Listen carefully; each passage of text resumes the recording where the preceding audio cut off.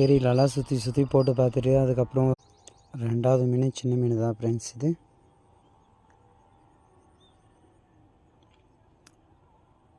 6-3க்கு ரெண்டாவது மீன் கிடச்சிருக்கு.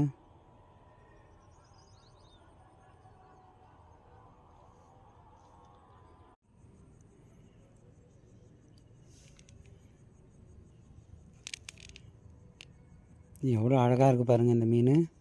இதோட ரெக்கை எல்லாமே கலராக தான் இருக்குது, ரோஸ் கலரில். நீங்களே பாருங்கள்.